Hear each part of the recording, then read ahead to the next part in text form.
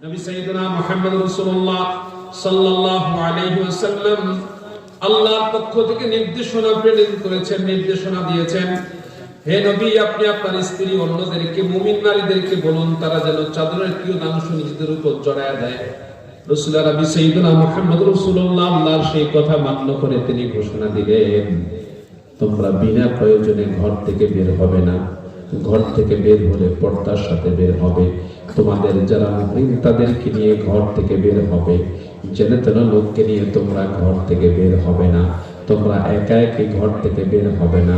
তোমাদের যে ব্যক্তি দেখা সাক্ষাৎ করা তোমাদের জন্য জায়েজ এমন একজন অভিভাবক নিয়ে ঘর থেকে বের হবে। হুকুমটা কার? আল্লাহ। জবান ছেড়ে বলেন না হুকুমটা কার? মহিলাদেরকে দিয়ে কি জায়েজ আছে? রাস্তাঘাটে নিয়ে কাজ করানো কি মহিলাদেরকে দিয়ে জায়েজ আছে? বলেন না জায়েজ আছে নাকি? নিষেধ করেছেন কে? আল্লাহ। নিষেধ করেছেন কে?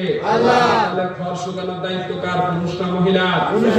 ঘরে মহিলাদেরকে খাবার পৌঁছানোর দায়িত্ব কার? পুরুষ না মহিলা? কেমনে দায়িত্ব পালন করবেন? আপনারা সুন্দর মতো দোকানে এসে গরম পরোটা খান আর মহিলা বাড়িতে ঠান্ডা ভাত খান। এটা নাই এখানে আছে? মুসিবতের কথা।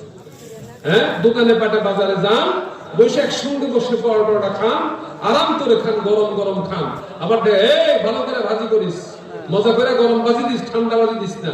আর বেচারি বাড়িতে ঠান্ডা ভাত খান কেন? আজকে যদি গরম ভাত হয় আপনি সব খান, ঠান্ডা ভাত হয় আপনি সব খান। আর আপনি যদি দোকানে পরোটা খান, আজকে মহিলার জন্য সব পরোটা আনেন। এটাই হচ্ছে ইসলাম।